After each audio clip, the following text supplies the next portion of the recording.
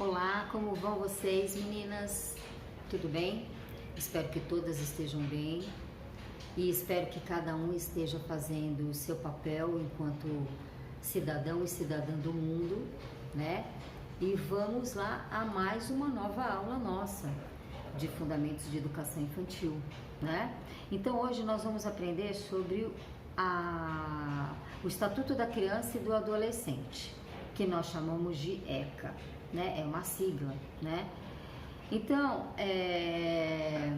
o ECA é uma lei que está disponível à proteção integral do aluno, né, da criança e do adolescente, e ela é constituída sobre a Lei 8.069, e ela considera, para os efeitos de lei, a pessoa até os 12 anos, crianças, e dos 12 aos 18 como adolescente. Ela classifica nessa faixa etária as crianças e os adolescentes. E o ECA diz para nós que é dever da família, da comunidade, da sociedade em geral e do poder público assegurar com absoluta propriedade a efetivação dos direitos referentes à proteção integral.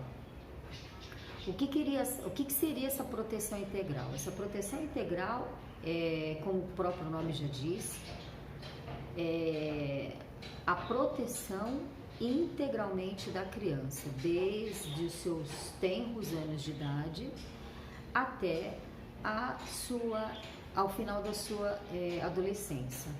O que nós queremos, enquanto legislação, enquanto LDB, garantir para essas crianças e esses adolescentes? Que eles sejam inseridos nas escolas regulares, que eles tenham acesso a essas escolas regulares e de que eles tenham acesso a uma educação de excelente qualidade, que eles tenham condições de terem dentro da sua própria comunidade, dentro da própria sociedade, uma convivência harmoniosa, uma convivência de qualidade, né? E no Estatuto da Criança e do Adolescente há vários quesitos que ele distribui esse assegurar de várias formas, né? Então eu trouxe aqui algumas que abrangem a área da educação para que a gente fique atento e se posicione quanto a essa legislação, que a gente se faça cumprir, não é? Indiferente do nível de escolaridade onde a criança esteja, ou do nível de financeiro, né, que ela esteja, é importante que a gente sempre considere esta criança como um ser humano, igual aos demais, igual a gente. Todos nós somos crianças, não fomos? Nós tivemos os nossos direitos assegurados, garantidos enquanto cidadão dentro de uma sociedade organizada, né? E não seria diferente, tá? Então o ECA fala a questão de sobrevivência. O que a gente entende de sobrevivência? O que a criança e o adolescente eles precisam para que eles possam sobreviver, né? Para que eles possam existir dentro da melhor e da maior qualidade de vida, se expressando, sendo inseridos dentro de uma sociedade que os acolha, né? Que os respeite. Então, ele fala pra gente, o Estatuto da Criança e do Adolescente, fala pra gente o direito à alimentação. A gente precisa entender que a criança ela não trabalha, né? A criança ela não tem como suprir as necessidades de alimentação, de saúde, né? E mesmo de direito à vida, que é o que fala sobre, um dos itens, né, que o Estatuto nos traz. Direito à alimentação, porque a criança ela não trabalha, então ela não tem como subsidiar a sua alimentação, porém ela tem o direito de se alimentar, né? Então quem é que vai trazer esse direito para a criança? O seu tutor, o seu pai, sua mãe, sua família, quem estiver com a criança, né? Direito à vida, porque todo mundo tem direito à vida, todo mundo nasce, todo mundo tem direito a ter uma saúde de qualidade, a não ser deixado na rua, à mercê, mas todos nós temos direito à vida, temos direito a uma excelente alimentação e temos direito principalmente à saúde. A saúde nos quesitos de vacinação, a saúde nos quesitos de rotinas ao pediatra, a idas ao pediatra, a de exame, né? A que se por um acaso uma criança ou um adolescente se machucar, ele tenha onde ir, ele saiba, o pai e a mãe saibam onde levar. Enfim, todos esses direitos são provenientes para que essa criança possa, além de ser inserida dentro da sociedade, que ela possa estar caminhando dentro de todos esses benefícios e possa estar gozando disso para sua vida, para o seu desenvolvimento, né? E falando em desenvolvimento, outro quesito que o ECA nos traz é o desenvolvimento pessoal e social. O que seria isso? A primeira coisa que a gente precisa saber é desenvolvimento pessoal. O que é desenvolvimento pessoal? É a pessoa enquanto cidadã, frente à sociedade, onde ela pode estudar, onde ela pode se profissionalizar, né? Porque não adianta uma criança ser inserida dentro de uma escola, onde depois ela vai invadir, né? Onde a escola fica muito longe da casa dela, aonde ela tenha que trabalhar e infelizmente ela não tenha condições de estudar, né?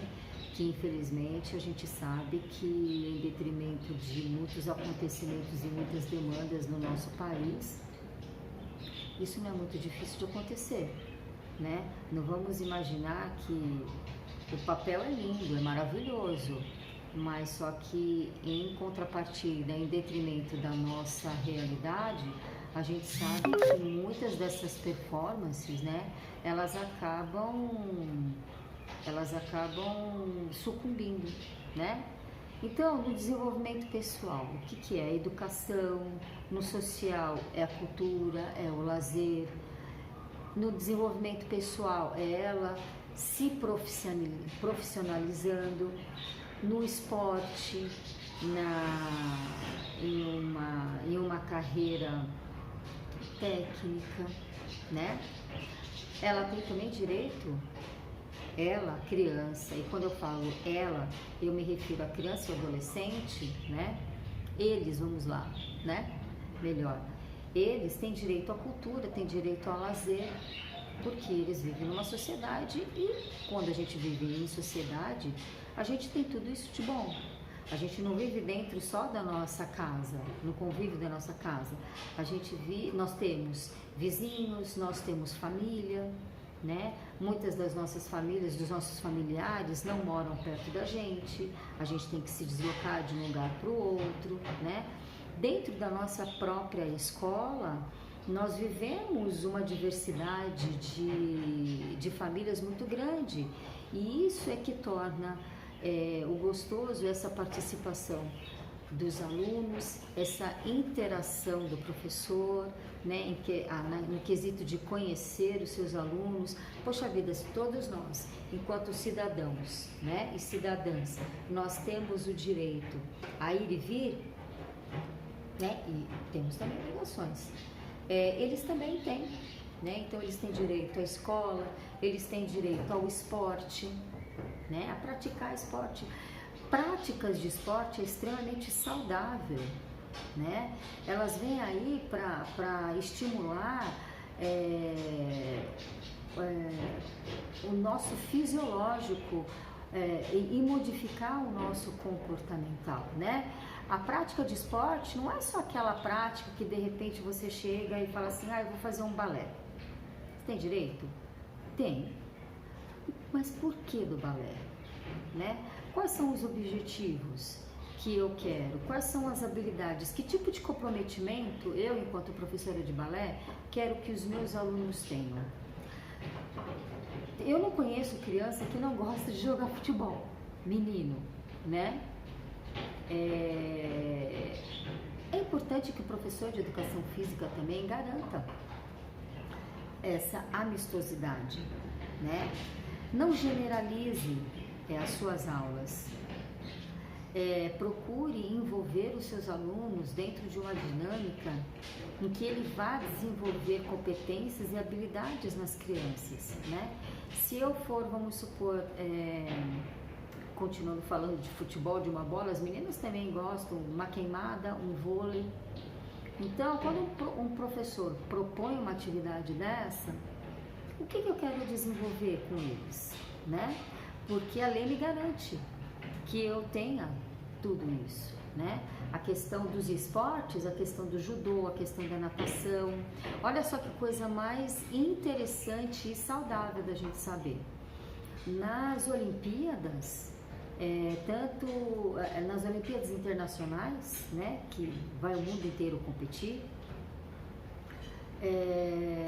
nós temos ginastas fabulosos, né? Nós temos cidadãos que nos representam mundialmente. E isso daí não é agora, isso daí é trabalhado bem lá atrás. O professor de educação física tem esse olhar especial, percebe que a criança, que o adolescente, ele pode ir além, que ele tem uma habilidade diferente da dos outros, né?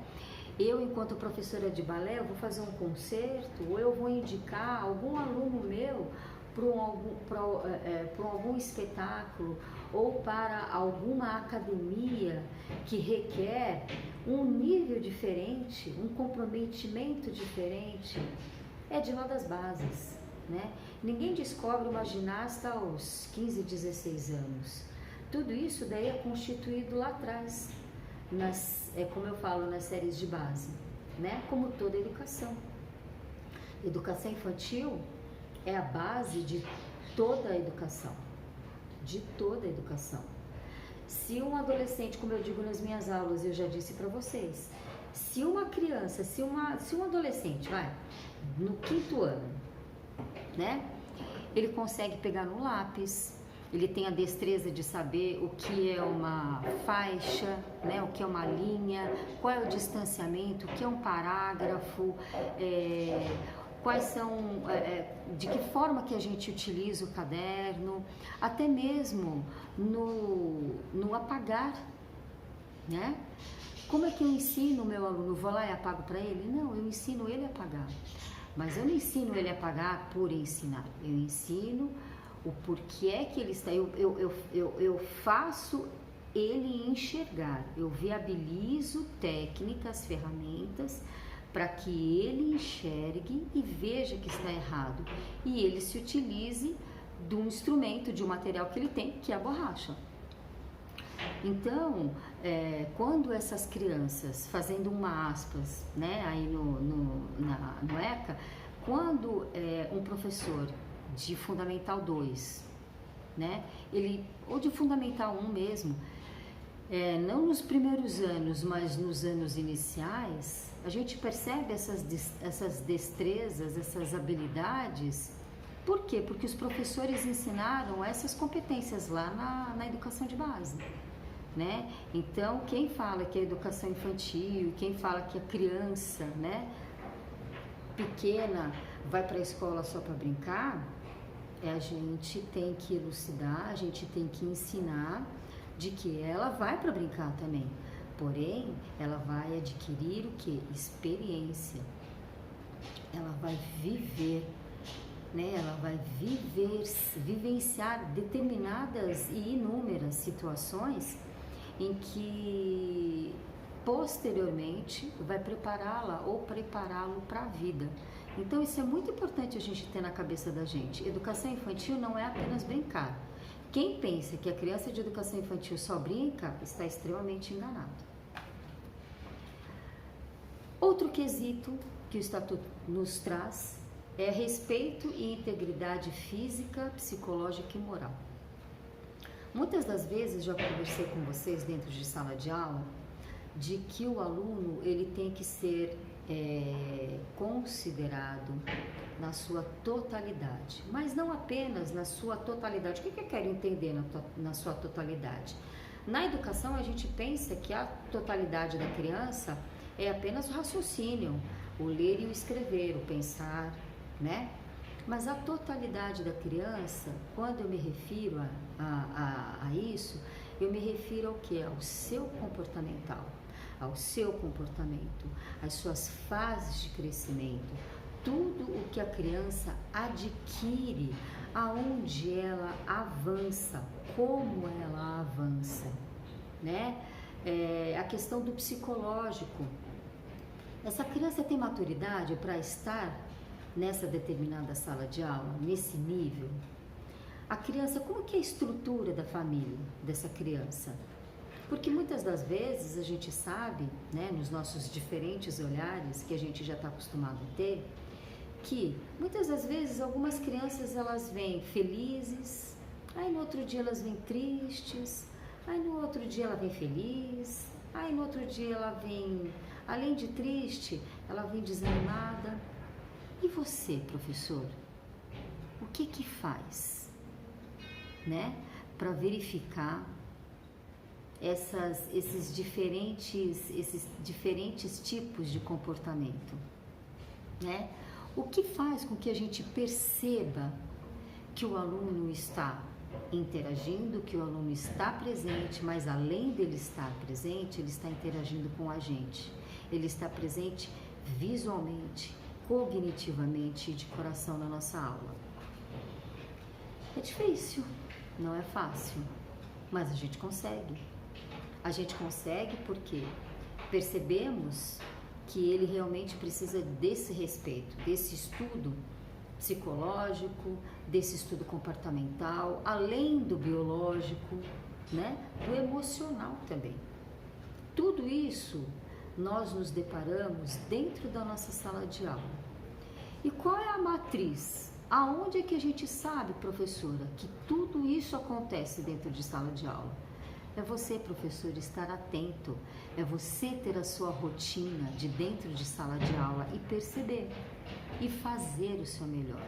Não deixar com que esses registros visuais, né, se percam. Por quê? Porque a criança, além de tudo, além de ser criança, além de ir para a escola, não apenas brincar, mas brincar, ela vai para aprender. E esse aprendizado, muitas das vezes, cada criança tem o seu comprometimento. Existem crianças que são mais aceleradas, existem outras crianças que são tranquilas, elas vão aprender no ritmo delas. Então, se eu tenho uma sala de 30 crianças, eu não tenho uma sala homogênea, né? Eu tenho 30 famílias para cuidar, né? Eu tenho 30 universisozinhos lá para poder conhecer, para poder manipular, para poder interagir, para poder estar junto. Então, como é que eu consigo lidar com tudo isso? Como eu sempre disse, gente, é o nosso olhar, é a nossa batida, é o nosso dia a dia, é a nossa rotina. A gente não pode deixar, né, gente, de não perder isso, né? Então, me diz aqui que a criança, adolescente, né, tem direito à dignidade, ao respeito, direito à liberdade e principalmente o que faz a grande diferença, a gente sabe que faz mesmo, direito à convivência familiar e comunitária. Mas não adianta, gente, as crianças e os adolescentes terem garantidos por lei todos esses direitos, se você, professor, dentro da sua sala de aula, o que você for? Ou você for assim, ó, indiferente com seus alunos, né? Você não tem que ser indiferente aos seus alunos, grave isso. você tem que ser diferente com todos eles. Cada um deles exige de você um comportamento, exige de você uma fala, exige de você um toque, exige de você um carinho maior. Ninguém é igual a ninguém. Nós não somos iguais a ninguém. E se você não souber, professor, verificar isso nos seus pares, dentro da sua sala de aula, quem é que vai? Né? Aí depois a criança percebe isso, porque a criança percebe essa indiferença, esse distanciamento. E aí, quando há esse distanciamento, é uma pena, porque a gente nunca mais consegue resgatar tudo isso. Então pense bem, professor, você está lidando com vidas, você está lidando com seres humanos. Você está educando não apenas para as letras e para os números, que eu vivo falando aqui, né, gente? Meu Deus do céu, vocês devem falar assim, meu pai do céu, como a Nancy, ela sempre bate na mesma tecla. Não estamos ensinando eles apenas a leitura, ao raciocínio, aos conteúdos acadêmicos. Estamos preparando toda essa galera, gente, pro mundo. Pro mundo, gente. Pro mundo. Se a gente quer um mundo melhor, se a gente quer um mundo mais variado, se a gente quer um mundo mais de empatia, se a gente quer um mundo modificado, um mundo melhor, a gente tem que fazer isso agora. Não é para depois, não é para mais tarde. É aqui dentro da sala de aula, é começando do beabá, é começando do número 0, é começando do número 1, é iniciando novas práticas, novas atitudes que a gente vai conseguir. E não adianta você ensinar para os seus alunos, professor, se por um acaso você é assim. O aluno, ele percebe quando você está realmente próximo dele ou quando você quer somente demonstrar, né?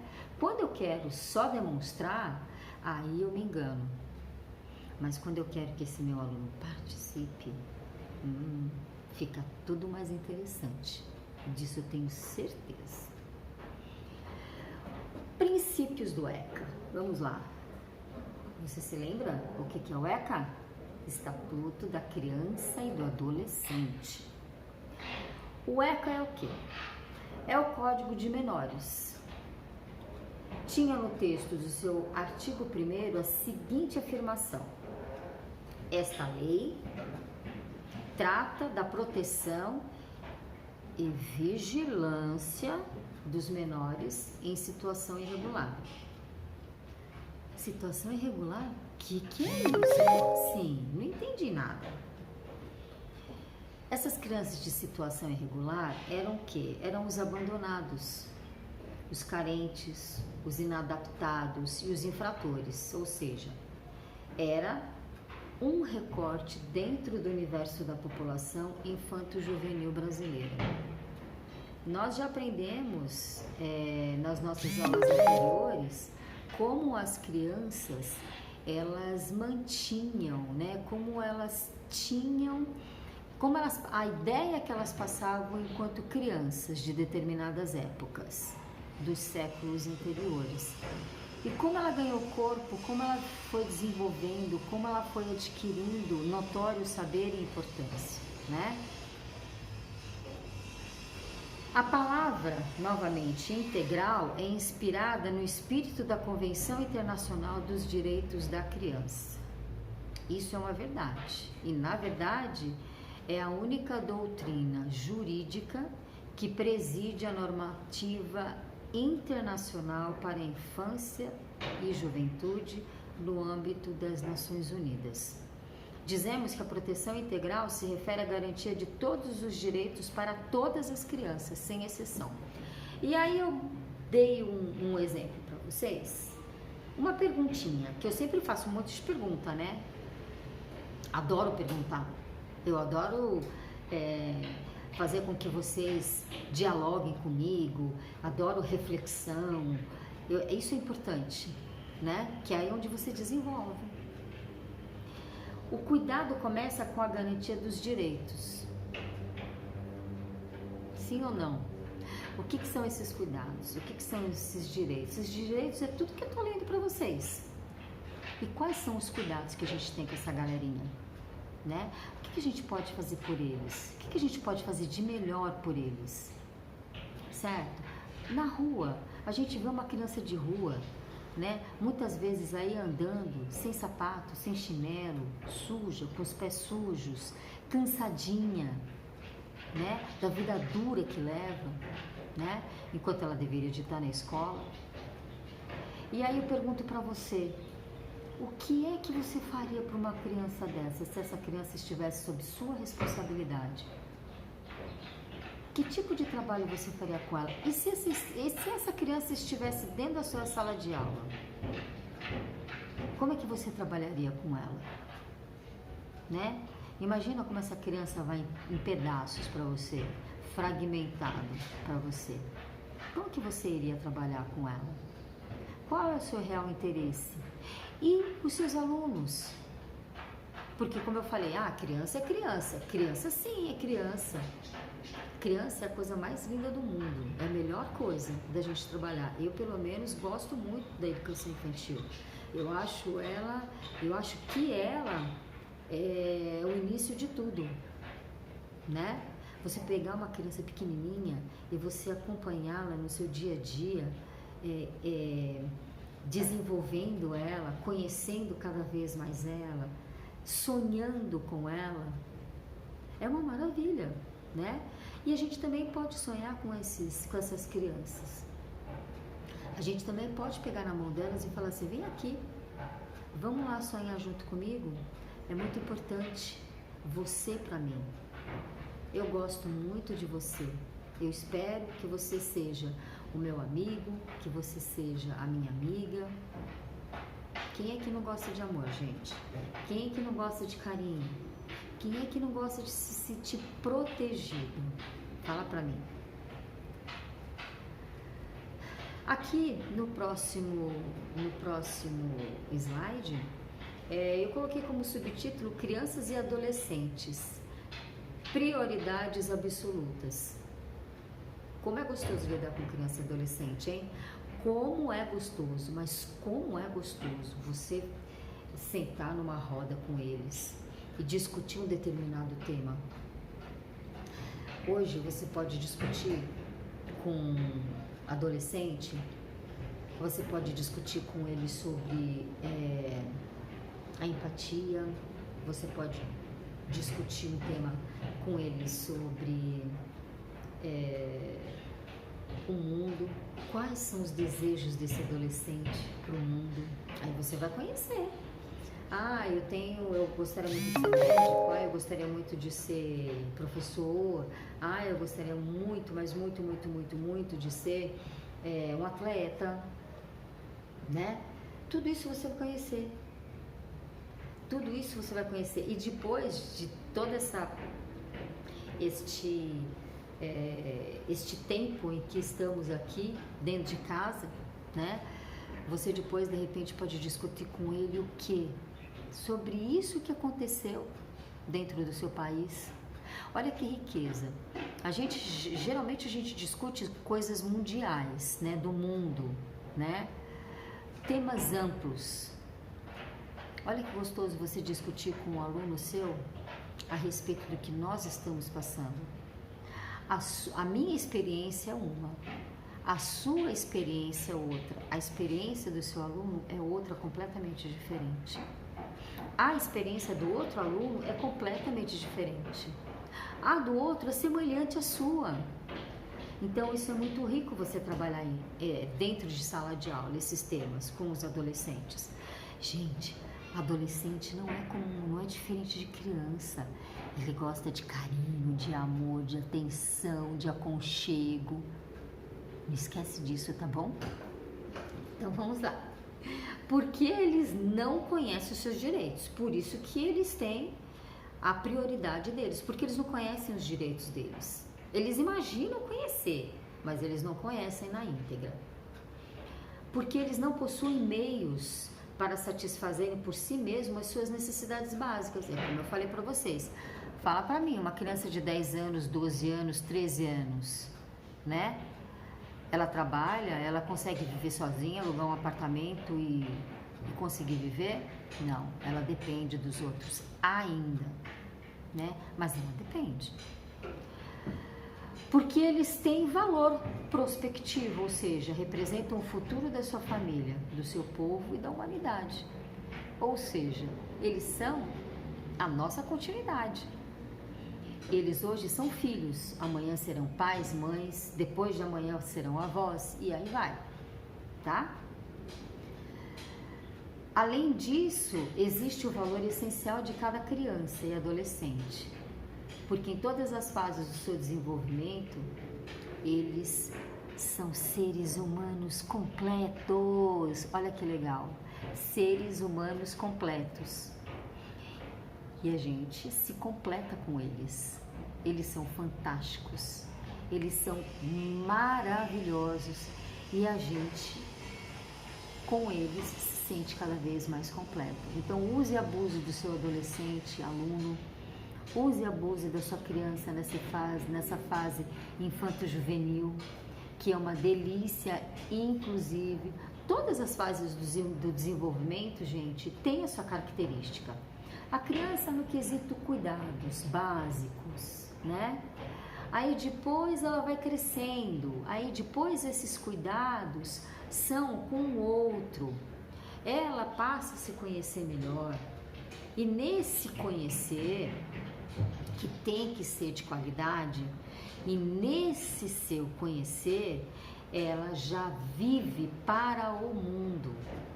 Ela já vai desenvolvendo, ela já vai adquirindo outras competências, já vão ficando mais familiarizadas com determinados assuntos, já vão saindo do seu senso comum para ter o seu senso crítico, ou seja, para ter sua opinião.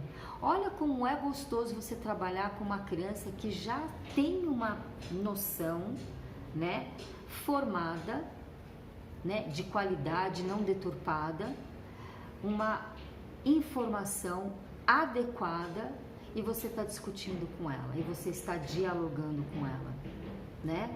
E você sabe que nessa fase de adolescência, de pré-adolescência, o fisiológico também muda e muito.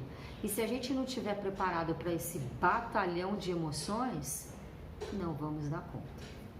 Mentira ou verdade? Ah? O quê? Ah, muito bem, verdade, isso mesmo, gostei de ouvir. Então vamos lá, a relação entre os conceitos de sujeitos e direitos e sujeitos de condição, né? O que me garante na minha condição e o que me garante na minha condição de sujeito, de ter direitos, né? A condição de sujeito de direito é iluminada pelo conceito de pessoa em condição peculiar de desenvolvimento. Ok, beleza. E o que isso significa? Uai, como? Isso significa que os direitos não se aplicam às crianças, adolescentes e adultos da mesma forma. Em cada condição do desenvolvimento, o direito assume uma configuração. Ou seja, eu vou utilizar a palavra punir, mas não é punir, tá? Eu vou imputar ou não. Eu não posso mensurar algo que uma criança de... quantos anos vai? 6 anos fez de errado. Não posso equiparar, igualar ao que uma criança de 16, de 17 fez. Né? Até que, pelos níveis de desenvolvimento do ser humano, a capacidade de uma criança de 16 fazer que uma criança de 6 para uma criança de 15, 16 anos faz é completamente diferente. Os saberes são outros, o comprometimento deste erro é outro, tá? Então eu não posso, nesse sentido, imputar algo. Ficou claro? No ato infracional, ou seja, quando eu faço alguma coisa errada e ninguém faz nada que é de errado sem saber que está fazendo o que é de errado. Aí vem o que eu posso imputar, ou seja, o que eu posso penalizá-lo, tá? No ato infracional, a criança é irresponsável e imputável penalmente, porque é menor. O adolescente é responsabilizado penalmente, mas não é imputado penalmente, porque não são aplicadas a ele as penas do Código Penal, e sim as medidas socioeducativas. Porque eu puni, não puni? Legal, mas só que eu não vou prender, não vou mandar ele em alguma prisão. O que eu vou fazer? Eu vou tomar medidas socioeducativas. Essas medidas socioeducativas, e olha eu falando que nem advogado, gente, eu não sou advogado, tá? Eu sou pedagoga. Mas assim, a gente vai dando a nossa palhinha, né? Essas medidas socioeducativas, quem é que vai determinar é o ilustríssimo senhor juiz, em diálogo com os advogados, tá? Então, eu posso sim aplicar essas medidas, eu não, né? O juiz, tá, gente? O juiz, ele pode aplicar essas medidas socioeducativas e nós, adultos, somos responsáveis e imputáveis penalmente, tá? Então, não esqueça, o menor, o juiz, ele toma as medidas socioeducativas e nós, que já somos maiores, nós estamos submetidos ao Código Penal, tá bom? Então não vem falar que de repente você estiver trabalhando aí com alguma criança que você chegue e fale assim, ouve, né, de mãe e pai, porque tem que ser preso, porque não sei o que mais. O duro, gente, é a gente lidar com a falta de informação. Agora, quando a gente tem a informação, a gente tem que ser o quê? A gente tem que ser calmo e tentar chegar até esta pessoa que está falando algo que não conhece, que é desconhecido para ele ou para ela, e falar, mamãe, papai, titia, senhora, senhor, não podemos fazer isso. Quem é que vai determinar é o juiz, né? Ele é menor? Então, vivemos nós sob o crivo do Código Penal. Eles também, porém, nós sofremos um processo e tem todo o arrolamento, né? Olha aí, falando de novo, que nem advogado, meu Deus. E aí o menor, né, ele sofre a sanção mais através de penas de medidas socioeducativas, tá bom? Então agora você já sabe, hein? Tá bom? Então vamos lá, as relações entre os conceitos de sujeitos e os direitos, novamente, né? O que eu quis dizer quando consta lá no ECA que a criança ela é responsável e inimputável? O que eu quis dizer? A pessoa que será isenta de pena em razão da doença mental ou desenvolvimento mental incompleto ou retardado. O que eu quero dizer com isso?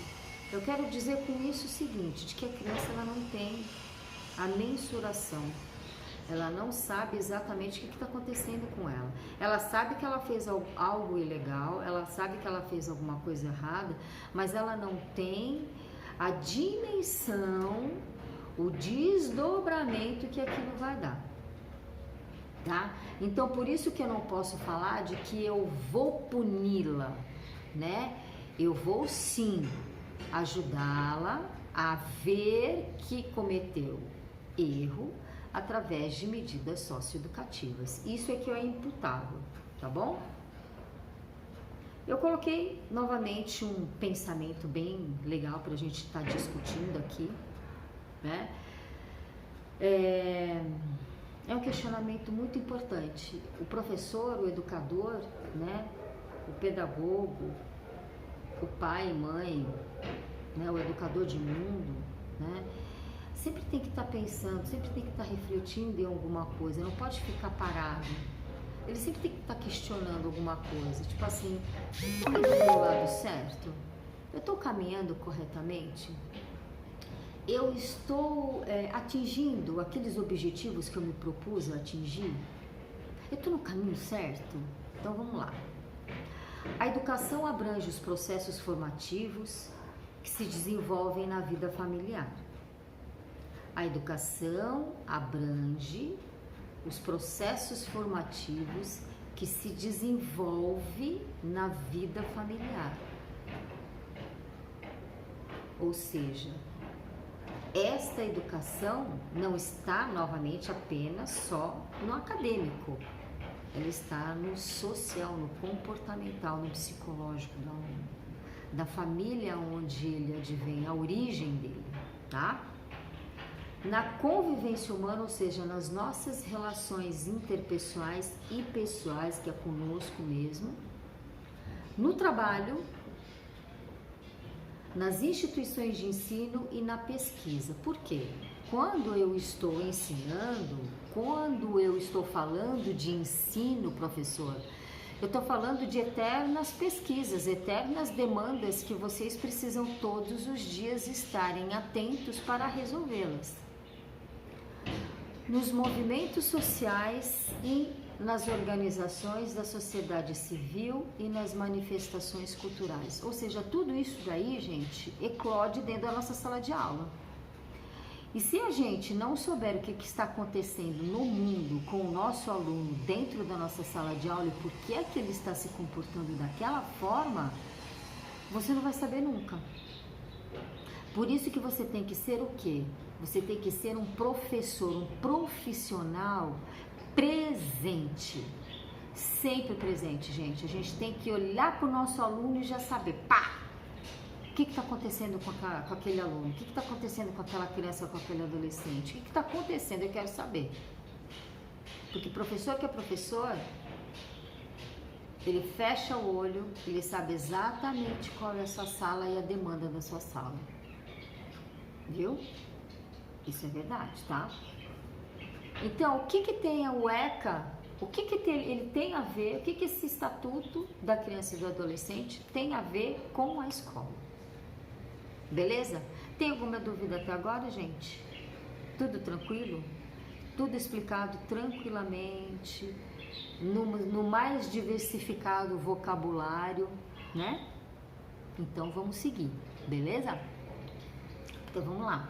A escola e a família são os principais atendedores do direito da criança e do adolescente. A escola é a segunda convivência mais importante na vida de todos nós. Óbvio, nunca a escola vai ser mais importante do que a família, tá? A família sempre está lá na frente. Por isso que, enquanto gestores, nós temos que fazer com que família e escola fiquem sempre muito próximas, tá?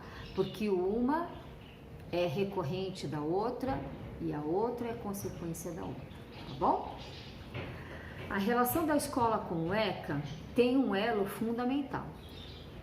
A Lei de Diretrizes e Bases da Educação Nacional, a nossa LDB, né? A qual afirma a educação de uma maneira muito ampla. E a gente tem que ver em determinados itens, né, dos artigos da LDB, o que isso se enquadra, aonde isso se enquadra, né? A gente tem que procurar as origens, não simplesmente falar assim, eu acho que o ECA tem alguma coisinha a ver lá com a LDB, e lógico, a LDB deve constar alguma coisa, né? A gente nunca fala do achismo. A gente não acha nada, a gente tem que procurar, tá? Então, ó, a Lei de Diretrizes e Bases trata a educação pelo ângulo de oferta do serviço educacional. Ótimo, você tem que ofertar a educação. O ECA, o Estatuto da Criança e do Adolescente, trata dos direitos da criança, do adolescente e da família diante da escola. Então não esqueça, a escola é o quê? Oferta o serviço educacional. O ECA faz o quê? Ele trata dos direitos de toda essa galerinha frente à escola, tá? A união da escola com a família está muito bem delineada no artigo 14 da LDB, que trata da gestão democrática e prevê a participação dos pais, de educandos e de organizações da comunidade. Volto a dizer, não me canso de dizer, eu ponho lá no play 20 mil vezes. A família é a nossa maior, nosso maior leme. A criança é o nosso maior bem. Então a gente não pode desassociar tudo isso dentro da escola. A gente não pode fracionar. Ah, família é uma coisa, criança é outra coisa, escola é outra coisa, instituição escolar é outra coisa. Não. O que norteia a nossa educação é que nós temos, a princípio, temos que ter uma gestão democrática. O que é uma gestão democrática? É uma gestão que abrange tudo isso. Abrange a família como um todo na sua particularidade, a criança no seu todo na sua especificidade, e tudo isso que eu estou levando em consideração aonde eu construo dentro da escola. Em que princípios eu vou nortear esses desenvolvimentos? Aonde eu quero chegar com tanta informação? Aonde é que eu vou fornecer subsídios para o meu professor trabalhar todas essas dinâmicas dentro de sala de aula, tá? Quais são as ferramentas que eu posso ajudá-lo para que ele desenvolva, para que ele alinhe família, escola, família, direitos de crianças e adolescentes, o direito da escola, qual é a função da escola, né, dentro de uma sociedade, o que ela desenvolve, o que ela nos traz, o que eu quero que isso, o que eu quero ter disso, o que eu quero que resgate, né? Qual é a minha margem de acertos, até onde eu posso ir, o que eu posso fazer com todas essas informações, né? Em detrimento dos meus amiguinhos, com os meus queridos, que são o quê?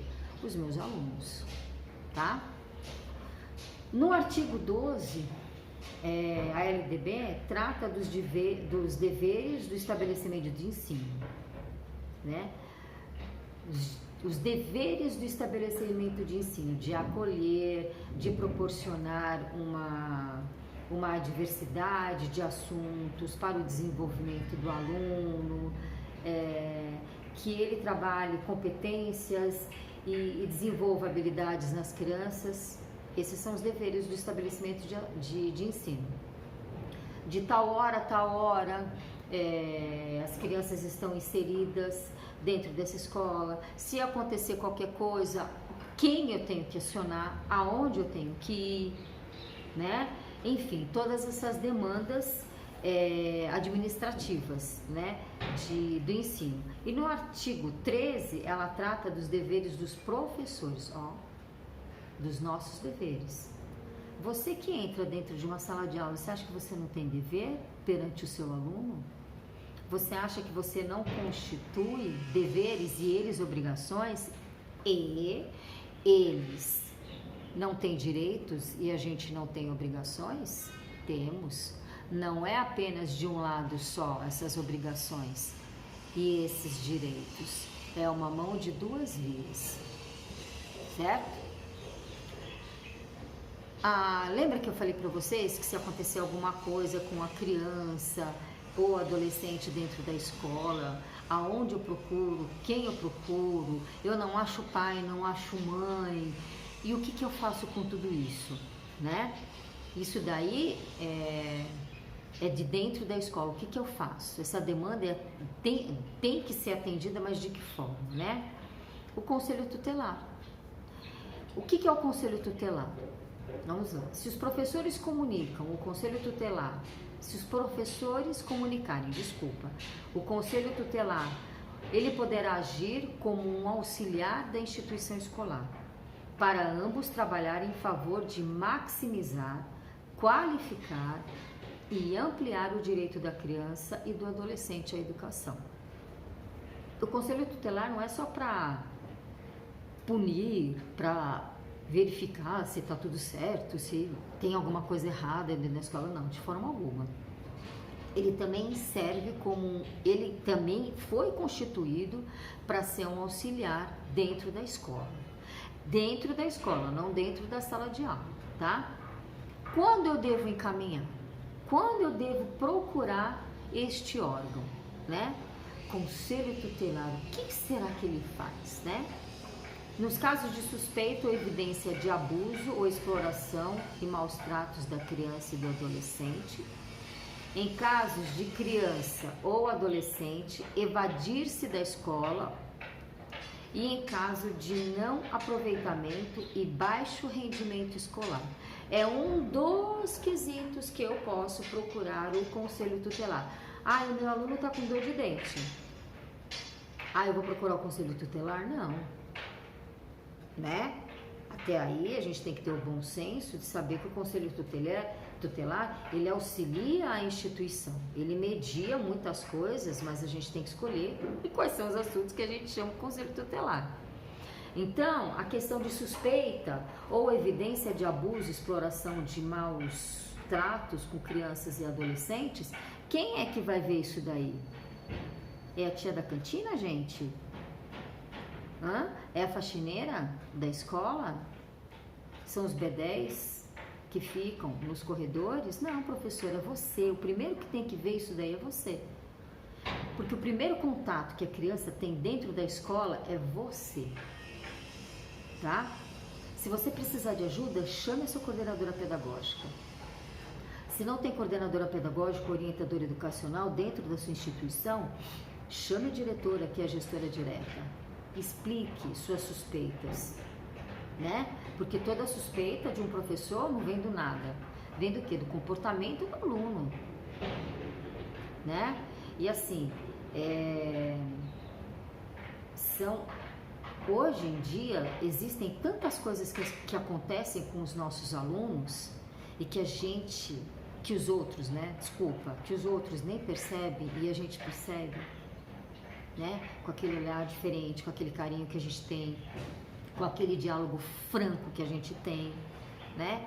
Então a gente tem todo um contexto que nos ajuda a identificar se acontece ou se não aconteceu, ou se de repente foi um susto, ou se de repente foi mal entendido, enfim. Mas a gente tem que ficar atento. A criança ou adolescente evadir-se da escola, ou seja, foi, não voltou, ou não está vindo, né? A gente tem que estar... Você, professor, também é o primeiro que vai saber disso, porque você vai fazer o quê para saber se o seu aluno não vem? Chamada, né? Porque a gente tem ainda essas demandas administrativas que a gente faz e que a gente tem que saber. O aluno vem, não vem, nunca veio, ou vem ficar... depois do intervalo o aluno vai embora, né? E não vai embora uma vez só por ir, você tem que saber, né? Por quê? Todas as crianças e adolescentes, todo mundo que está dentro da escola é nossa obrigação, eles estão lá sob nossa responsabilidade. Não é chegar e falar assim, ô professora, libera aí, vai, tô tão cansado, e isso, e aquilo, outro. Não, gente. Liberar um menor é muita responsabilidade. Não avisar a família, sabe? A gente não pode se responsabilizar porque, hoje ele tá cansado, hoje ontem ele foi numa festa, você é a boazinha da vez. Vou levar o meu aluno, né? Vou respeitar ele, vou chegar e falar assim, não, pode ir, vai, mas amanhã eu não quero nem saber, hein? Amanhã não tem festa, não tem mais problema nenhum, enfim, não tem mais motivos, não é? E você vai ficar aqui. De repente você libera uma criança dessa e acontece alguma coisa com ela lá fora, e aí? Já pensou o problema que dá? Eu acho que ninguém quer isso pra si, né? Então a gente tem que ter também, em detrimento de tudo aquilo que a gente já tem que ter dentro da sala de aula, que a gente tem que ter essa responsabilidade também, gente. Então pensa bem, tá bom? Pensa bem nas informações que você vai passar também para o seu gestor.